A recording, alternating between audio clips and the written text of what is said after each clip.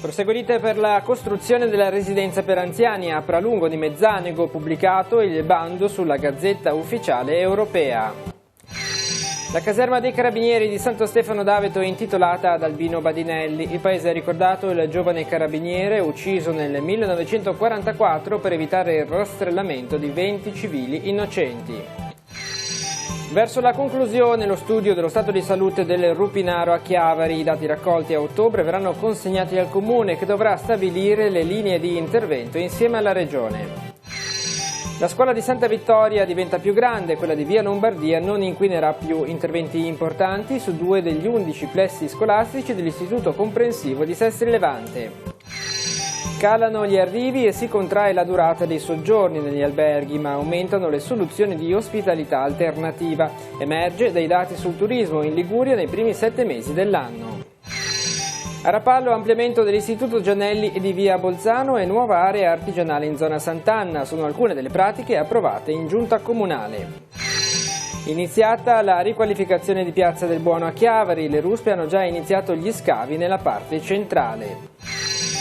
Il Comune di Carasco chiede di rivedere la riclassificazione del rischio idraulico elaborata dalla Regione. I dati non sono aggiornati e diverse aziende rischiano di chiudere in caso di allerta. 4 giovani artiste in mostra a Chiavari, il ciclo di esposizione organizzato dal Centro Giovani Chiavari, un'iniziativa inserita nel circuito Art Boom. Apre il cantiere per la messa in sicurezza delle gallerie di Sant'Anna tra Lavagna e Sestri Levante. Sarà in vigore un senso unico alternato e il divieto di transito a pedoni e biciclette. Caserta Ligure mette in sicurezza i corsi d'acqua e le strade in vista dell'autunno, stanziati 40.000 euro per la pulizia del Petronio. Il premio Ciavai cambia veste con una nuova proposta che cerca di attrarre la partecipazione di giovani autori, non più le poesie ma un concorso di illustrazione. Lavori imprevisti per i restauri della cattedrale di Chiavari, necessari altri 38.000 euro per la messa in sicurezza del cupolino. Lunedì e martedì basilica chiusa per l'installazione dei ponteggi. 100 candeline per il Sestri Levante Calcio, Bimare in festa per il secolo di vita della società sportiva. Presentate anche le squadre del Riva Samba. La società, tornata in eccellenza, punta a mantenere la categoria. Un saluto a tutti, bentrovati all'appuntamento con il TG guardando la settimana, la nostra rassegna dei principali fatti accaduti nel Tigullio negli ultimi 7 giorni. Iniziamo con la politica amministrativa. Il Comune di Mezzanego ha pubblicato in Gazzetta Ufficiale Europea il bando per la costruzione della residenza per anziani. Il 20 novembre ci sarà l'apertura eventuale delle buste. E poi a Santo Stefano d'Aveto il Comune ha intitolato la caserma dei Carabinieri ad Albino Badinelli, il giovane carabiniere ucciso nel 1944 per evitare il rastrellamento di 20 civili innocenti. Vediamo i servizi. Un progetto all'avanguardia che prevede la costruzione di un immobile di 6 piani, di cui 2 seminterrati, per un totale di 4.500 m² di superficie. La gara d'appalto prevede un investimento di oltre 10 milioni di euro e la gestione sarà data in concessione per circa 50 anni a chi la gestisce, per poter rientrare nei costi di costruzione. Il bando resterà pubblicato per 60 giorni. Dopodiché in caso di presentazione di offerte saranno aperte le buste il 20 di novembre e in caso che andasse deserta procederemo a un'altra gara in maniera entro il 31 dicembre. Siamo fiduciosi che il progetto raccolga interesse degli operatori del settore e di società interessate a investire. Grazie anche alla discussione del Consiglio sono stati apportati ulteriori miglioramenti. Ricordiamo le caratteristiche principali. Avrà 93 posti, di cui 14 dedicati al centro per l'Alzheimer specializzato, 15 per il centro diurno e il resto della struttura sarà per RSA e post acuti. C'è anche la piscina riabilitativa, per cui sarà costruito con le più moderne tecniche di risparmio energetico in maniera che l'edificio sia autosufficiente da quel punto di vista lì, e la piscina sarà usufruibile dai residenti e dagli abitanti della nostra vallata negli orari serali. E l'altra cosa importante è che creerà anche tanti posti di lavoro, perché stiamo parlando di un minimo di 40-50 posti di lavoro. Quando vorreste vedere realizzato o comunque partire l'intervento? Se tutto andrà bene, la ditta che si aggiudica il progetto avrà 180 giorni di tempo per presentare il progetto definitivo, dopodiché il progetto sarà validato dall'amministrazione e potranno iniziare i lavori.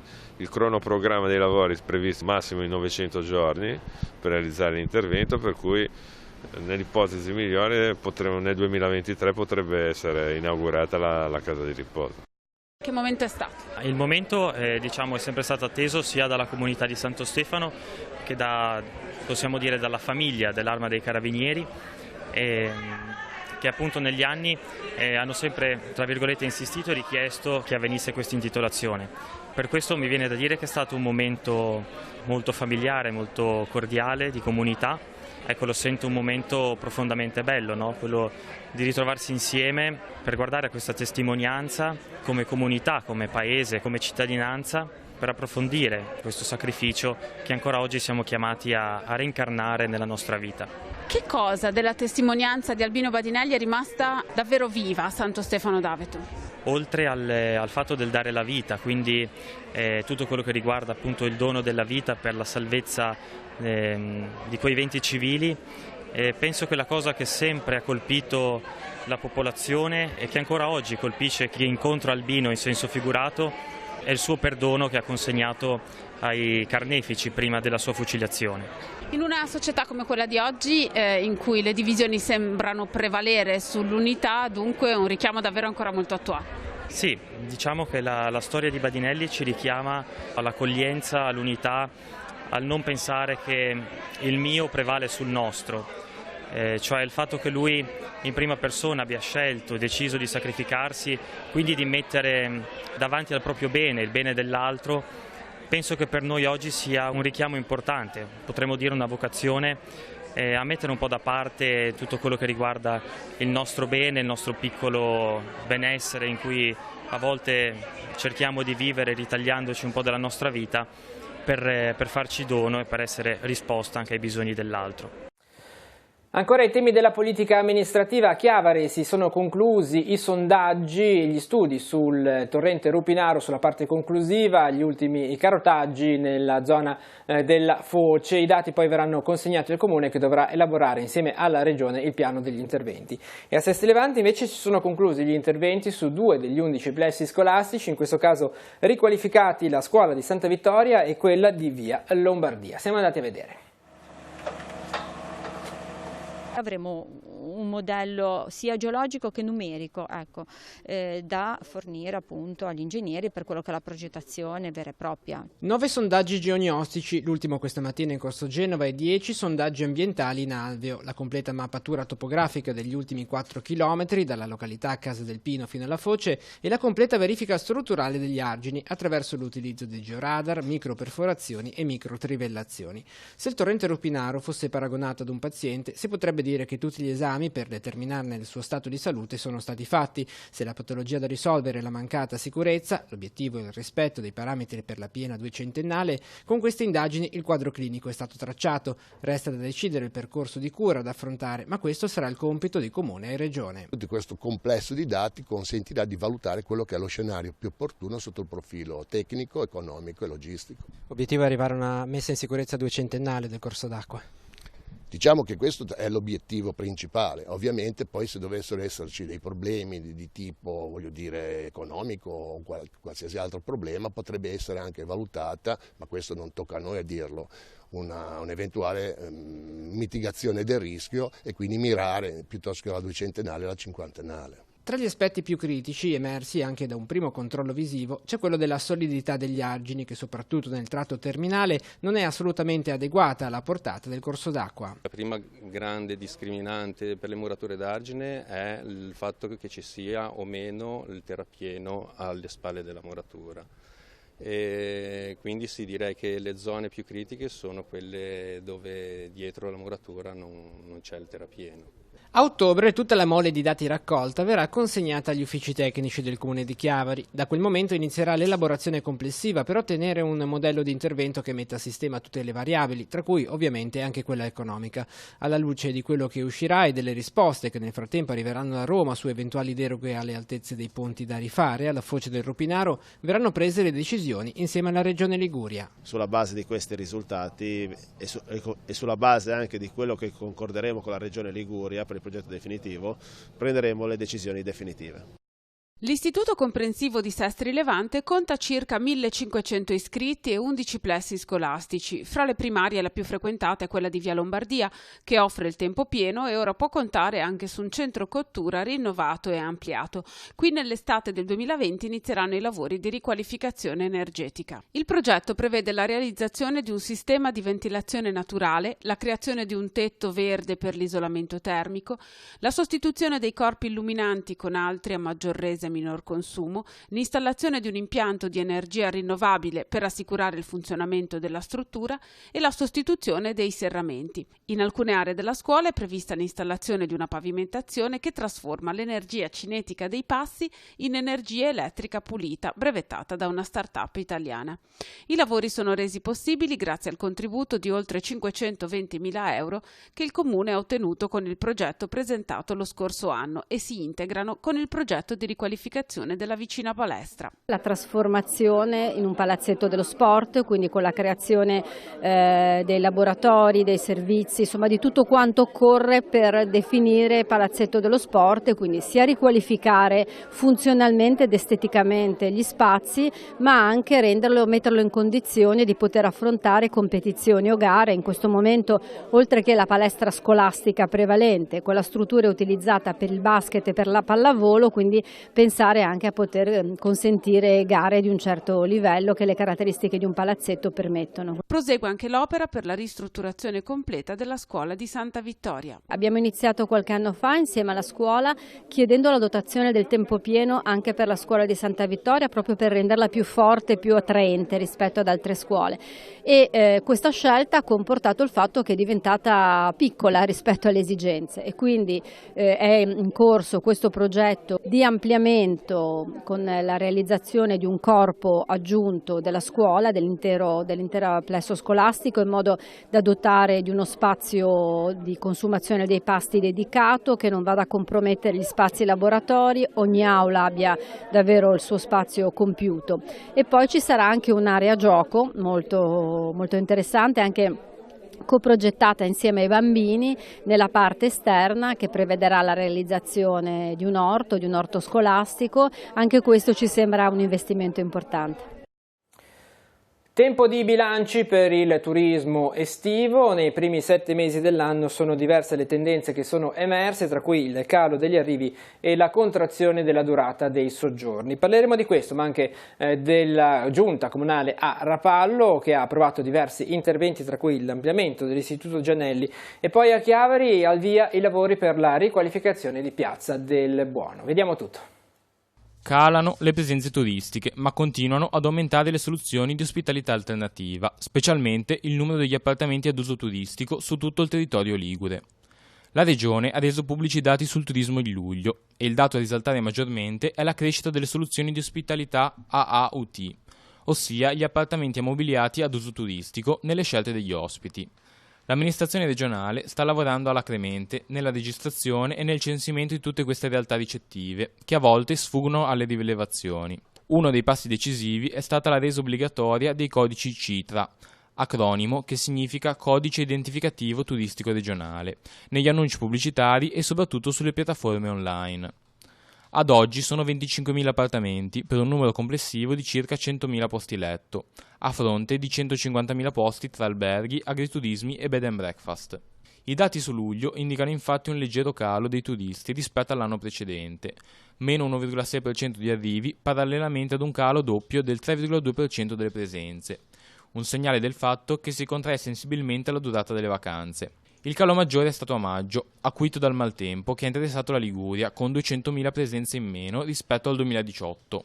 La flessione generale è dovuta a varie cause, dal maltempo di ottobre, che ha colpito fortemente alcune delle realtà turistiche di spicco del Tigullio, alla difficoltà nei collegamenti con la Francia in seguito al crollo del ponte Morandi, alla ripresa poi di competitor turistici dell'Italia, come la Grecia, l'Egitto e le località sul Mar Rosso. L'assessore al turismo della regione, Gianni Berrino, si è detto soddisfatto per la stagione estiva in rapporto alle pessime premesse di inizio anno. Ha anche ribadito che la priorità è quella di lavorare in sinergia con i comuni e rendere più precisa e capillare la catalogazione di tutte le realtà di ospitalità alternativa, sia per evitare casi che si muovono incontrollati, sia per offrire maggiori garanzie agli ospiti. Iniziamo dal progetto per l'ampliamento dell'Istituto Gianelli. Che cosa prevede, Sindaco, questa pratica?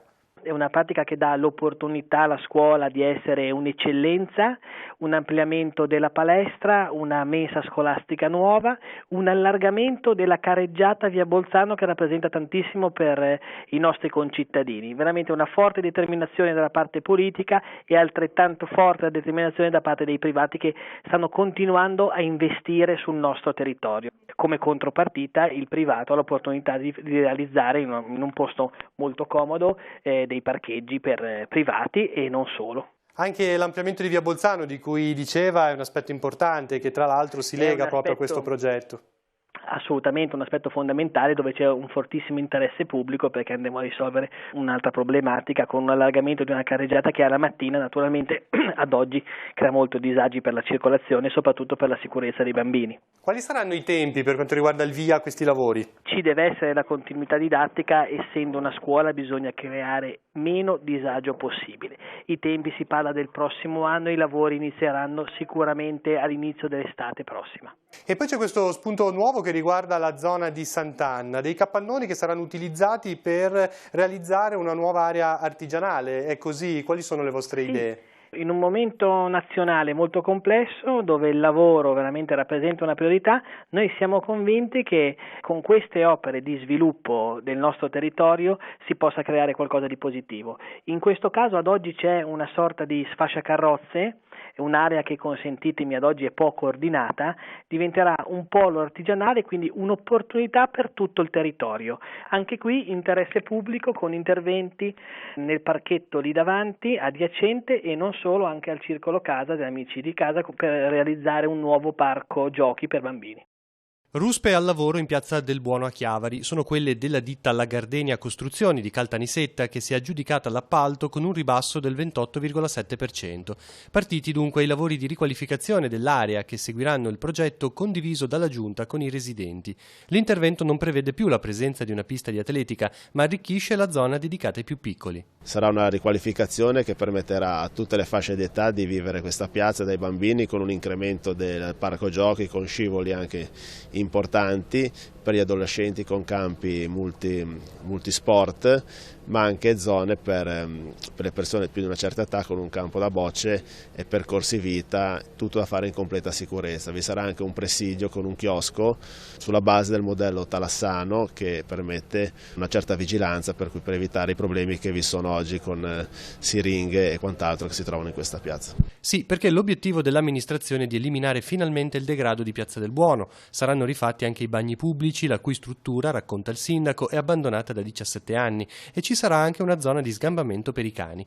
I lavori costeranno 510.000 euro. Da contratto la ditta dovrà terminare l'intervento entro 180 giorni solari. È un progetto atteso da decenni, questa piazza è una piazza importante in un quartiere popoloso che merita una riqualificazione adeguata. È un progetto quindi che è stato altresì integrato perché abbiamo stanziato ulteriori 55.000 euro per l'installazione di illuminazione pubblica LED a contorno della piazza. Attualmente vi sono 2 pali centrali molto alti che illuminano tutta la piazza, che verranno rimossi con un maggior efficientamento energetico con luce LED su tutta la piazza. Grido d'allarme del comune di Carasco che chiede alla regione di rivedere la riclassificazione del rischio idraulico. Alcune zone del comune rischiano di chiudere, in particolare aziende del territorio, in caso di allerta. I dati utilizzati dalla regione non sono quelli attuali, questa è la posizione dell'amministrazione. Poi, per quanto riguarda l'arte, ha preso il via una serie di mostre nel circuito di Art Boom, una serie di esposizioni organizzate dal centro Giovani e Chiavari, e vediamo. Le criticità che hanno esposto questo sistema qua non sono reali a quello che succede normalmente sul territorio. Non ci sta il comune di Carasco a vedersi cambiare le carte in tavola e trovarsi riclassificate alcune zone del suo territorio, prima considerate sicure dal punto di vista idrogeologico e ora, in base ad un'analisi dei dati risalenti al 2008, diventate aree a rischio. Variazioni che, tra le altre cose, comporterebbero l'obbligo di chiusura per diverse aziende della piana industriale in caso di allerte arancioni o rosse. Abbiamo 3 aziende che lavorano 24 ore su 24. Quello lì penso che è un ragionamento che bisogna con Regione Liguria cercare di approfondire, perché non ci possiamo permettere noi come comune e neanche le aziende di interrompere la loro attività. Le aziende sono la Faci, AS, Spiga Nord e Revetro. Le stesse, con il coinvolgimento di Confindustria, hanno messo a disposizione del comune la loro documentazione, che è andata ad integrare il ricorso presentato dall'amministrazione nei confronti degli uffici regionali sulla base dei dati raccolti in queste settimane, che fotografano più nel dettaglio la reale situazione morfologica. Nelle prossime settimane si attende dunque una risposta. Se tutto dovesse rimanere invariato, il comune dovrà per prima cosa modificare nuovamente il piano di protezione civile e mettere mano ad interventi di mitigazione del rischio idraulico molto onerosi. Servirebbero parecchi milioni di euro, perché Carasco è una piana importante, una piana industriale, una piana abitativa dove ci abitano tante persone che frequentano e lavorano nelle nostre aziende che abbiamo qua sul territorio, e si andava a perdere una parte importante e economica, che è quella che fa funzionare le casse del comune. Dovrà cambiare per forza di cose anche il piano di protezione civile. Questo prevedeva in caso di allerte anche la zona della scuola come presidio in cui ricoverare eventualmente la popolazione. La scuola adesso in questo momento non potrà più esercitare questo ruolo. Esatto, in questo momento, da come abbiamo queste carte, non potrà più esercitare questo ruolo. Dovranno andare al primo piano, non rimanere a piano terra, e allora saranno anche sicuri. Qui è una cosa molto importante che voglio segnalare, perché ci ha completamente stravolto il piano di protezione civile, che doveva essere quasi pronto per essere approvato prima che venga l'inverno. Invece siamo di nuovo lì a ridisegnarlo. Sulle orme di Artemisia è il titolo di un ciclo di mostre di opere pittoriche organizzato nell'ambito del circuito Art Boom, nato nel contesto del Centro Giovani Chiavari, il servizio del comune gestito dal Villaggio del Ragazzo. È una mostra al femminile, sia perché le artiste appunto sono tutte giovani donne artiste, sia perché abbiamo voluto dedicare la mostra ad Artemisia Gentileschi, che fu un'artista del Seicento di ispirazione caravaggesca, che ebbe una vita particolarmente travagliata, subì violenze, venne processata e utilizzò l'arte come strumento di riscatto umano ed etico. Ad esporre le proprie opere saranno 4 giovani artiste liguri: Carlotta Sangaletti, Alessia Lenti, Elena Di Capita e Alice Parodi, accomunate dalla determinazione a trasformare il talento in prospettiva di realizzazione professionale. I cicli espositivi inizieranno sabato 28 settembre alle ore 17, dove inaugureremo la mostra di Carlotta Sangaletti. Successivamente, ogni settimana, per 4 settimane, le artiste si avvicenderanno all'interno dello spazio Yacht. Dopo Carlotta esporrà Alessia Lenti, poi Elena Di Capita, e chiuderà il ciclo di mostre Alice Parodi sino al 25 di ottobre. Le esposizioni avranno inizio ogni sabato dal 28 di settembre al 19 di ottobre allo Yacht di Via della Cittadella e saranno inaugurate sempre alle 17 con un momento conviviale d'incontro con l'artista. Non nasce dal niente, viene fuori da un lungo lavoro di confronto tra i ragazzi che frequentano il centro giovani. L'aspetto che a me preme di più è far capire come questo centro giovani è un'occasione per tutti i giovani. È uno spazio aperto, è uno spazio dove non soltanto si può studiare, ma si possono coltivare le proprie attitudini. Il problema vero dei giovani spesso è proprio quello di non aver ancora scoperto quali sono i propri talenti. Quindi, a contatto con chi li ha già trovati, e soprattutto giovani come loro, è possibile, è comunque più facile che questi talenti vengano alla luce e possano essere coltivati. Ancora la politica amministrativa aprirà in settimana, ma il semaforo scatterà da quella successiva, il cantiere per i lavori alle gallerie di Sant'Anna, prevista una loro riqualificazione per una spesa di quasi 3,2 milioni di euro. A Casarza Ligure invece continuano gli interventi di messa in sicurezza dei corsi d'acqua e della pulizia dei lati delle strade in vista delle piogge autunnali. E parleremo anche del premio Ciavai che si rinnova. Questa volta, messe da parte le poesie, si apre all'illustrazione per coinvolgere le nuove generazioni. Vediamo i servizi.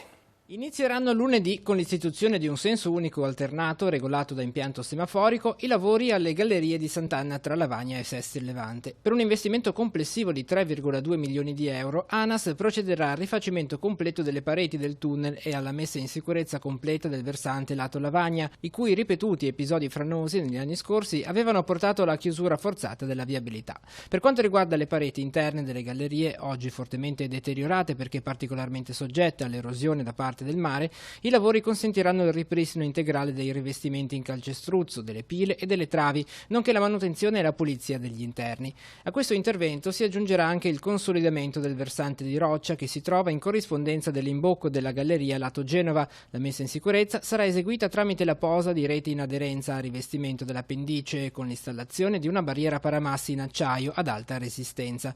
L'ultimazione complessiva dei lavori è prevista entro la fine del mese di maggio del prossimo anno. Durante l'intera durata dell'intervento sarà istituito il limite di velocità ai 30 km/h nell'unica corsia disponibile e anche il divieto di transito non solo ai pedoni ma alle biciclette. Provvedimento quest'ultimo che ha già provocato il disappunto degli appassionati ma anche da parte di chi semplicemente utilizza le due ruote per spostarsi tra Sestri Levante e Lavagna. Il senso unico alternato, così come queste ultime limitazioni, saranno sospese al momento solo nel periodo natalizio, dalle 19 del 20 dicembre fino alle 7 del 7 gennaio del 2020. In questo lotto di lavori non rientra l'intervento di potenziamento delle difese a mare per ovviare alla chiusura della viabilità in caso di forti mareggiate. Sempre a carico di ANAS, questo intervento sarà realizzato nei prossimi mesi, ma ad oggi non è stato ancora calendarizzato. Abbiamo iniziato con il Petronio, investiti oltre 40.000 euro per la pulizia del tratto che va da Francolano fino a Battilana. E ora stiamo intervenendo sul Rio Cacarello, che è uno dei punti più critici del nostro comune, che attraversa il centro cittadino, arriva fino alla sede del Palazzo Comunale con una tombinatura. Stiamo intervenendo per togliere le piante più grandi che ostruiscono il deflusso delle acque, sono le più pericolose, e sotto la copertura per togliere del materiale. Interveniamo anche sul Rio San Lazzaro, il Rio Valle Grande e tutti i rii che confluiscono poi sul Petronio. Particolare attenzione anche alla viabilità, sia quella comunale sia quella statale di competenza di ANAS, ma che per quanto riguarda la manutenzione spetta al comune. Ecco, su questo non voglio creare polemiche, ma voglio capire. ANAS è proprietaria della strada, ma la manutenzione è a carico del comune, deve metterci le risorse. Quindi abbiamo dovuto trovare le risorse, abbiamo voluto trovare le risorse perché per noi la sicurezza è la cosa più importante, quindi stiamo pulendo, come non era mai stato fatto da anni, neanche quando c'era la città metropolitana, tutte le cunette e le tombinature della 523 che va da Francolano fino a Battilana. Un intervento importante, è in corso e stiamo veramente già vedendo i risultati. Quali i tempi di questo intervento?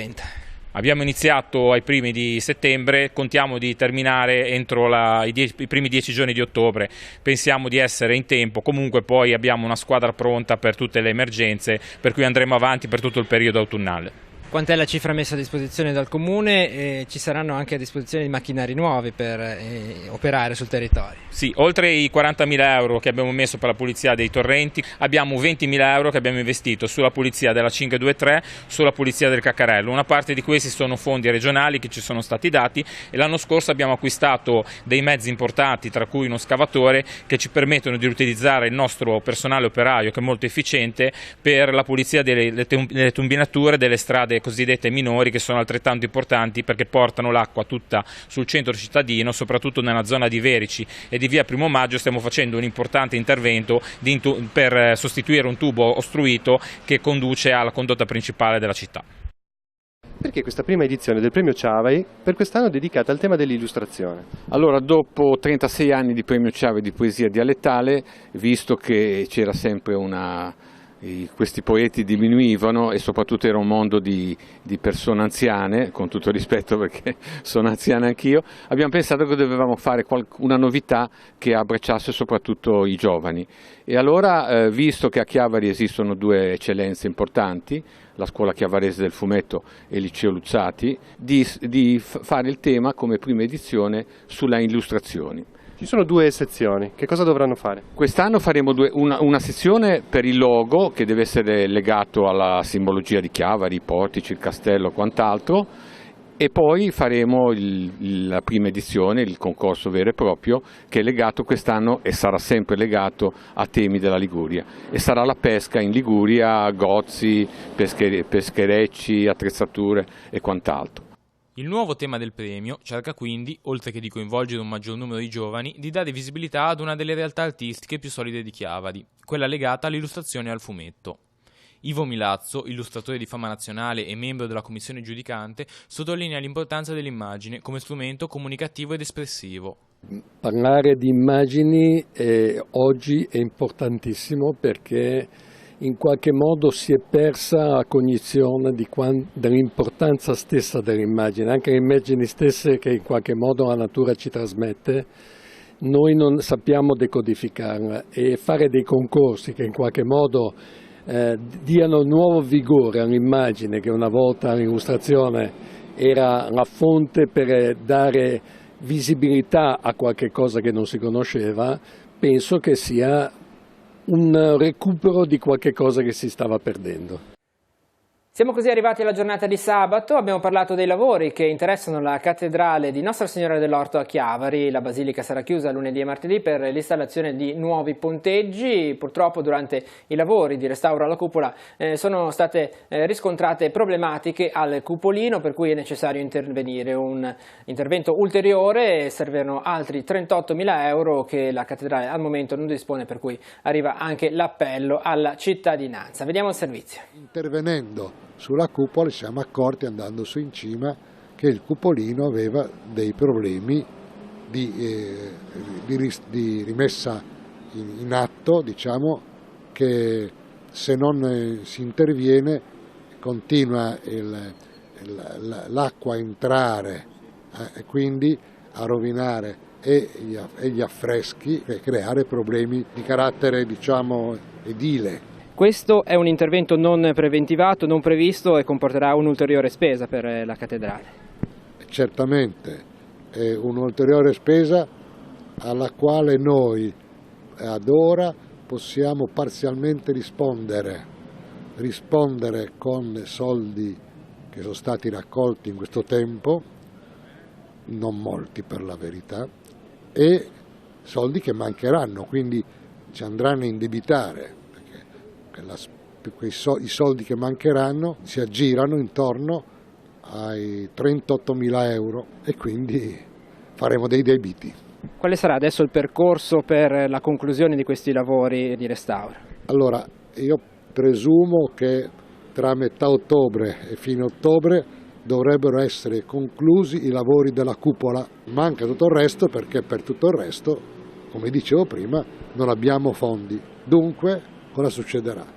Succederà che se non c'è qualche intervento della provvidenza, i lavori saranno smontati per la fine del mese, perché per mantenere i ponteggi in attività dovremo spendere 7.000 euro al mese senza sapere quando si potrà intervenire e senza sapere se ci saranno i soldi per intervenire. Quindi ci si ferma al primo lotto dei 6 previsti, poi si vedrà che cosa succederà poi nel futuro.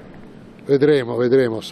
Io sono molto contento di essere riuscito a intervenire in questa parte. Sono anche molto libero, nel senso, ci sono i soldi, qualcuno interviene, il Signore ha previsioni diverse dalle mie, faccia Lui. Io sono assolutamente tranquillo. Siamo così arrivati al termine di questa edizione del TG Guardando la Settimana. Il nostro approfondimento oggi è dedicato allo sport e a Sestri Levante, infatti un duplice appuntamento, quello per il centenario del Sestri Levante Calcio, fondato il 27 settembre del 1919, si è svolta una grande festa in città, e poi un'altra società sportiva, il Riva Samba, ha presentato le sue formazioni, la recente promozione in eccellenza, e la società punta a mantenere la categoria. Vedremo i servizi nel prossimo approfondimento. Al termine si conclude questa edizione del TG Guardando la Settimana e l'appuntamento è rinnovato fra 7 giorni. Grazie per essere stati con noi e buon proseguimento di giornata.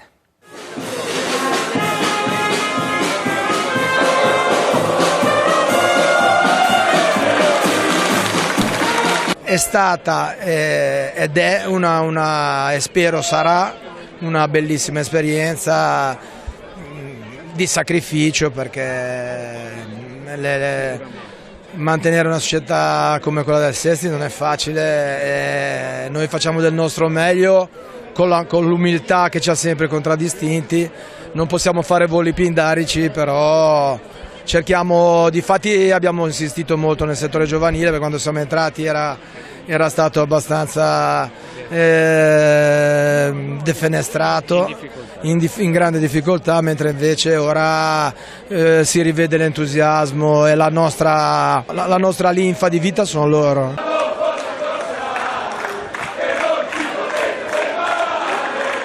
Cosa diciamo in questa giornata? Cosa vuol dire? Di andare sempre avanti così, sempre cercando di migliorarsi e di fare delle belle cose per l'avvenire.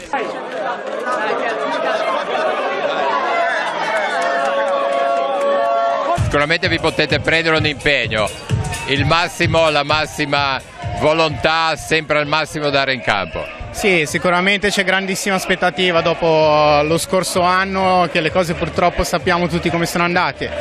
Noi ci alleniamo tutti i giorni per raggiungere il nostro obiettivo domenicale, poi solo il tempo dirà dove riusciremo ad arrivare. Noi ce la metteremo tutta per regalare delle grandi emozioni come questa sera ai nostri tifosi e alla gente di Sestri Levante. Potete promettere grande impegno? Quello sicuramente, quello non mancherà, il grande impegno e grande onore alla maglia. In bocca al lupo a tutta la squadra, a tutto lo spogliatoio, un saluto da tutta anche noi, la nostra redazione. Viva il lupo, grazie mille. Compattezza è la vera forza d'attacco del Riva Samba, una parola che descrive il clima che si respira negli spogliatoi della prima squadra e della Juniores. Le due formazioni sono state presentate ieri a Sestri Levante. La società punta a valorizzare i suoi giovani. Il settore giovanile che cerchiamo tutti gli anni di tirarne su il più possibile per fare giocare in prima squadra.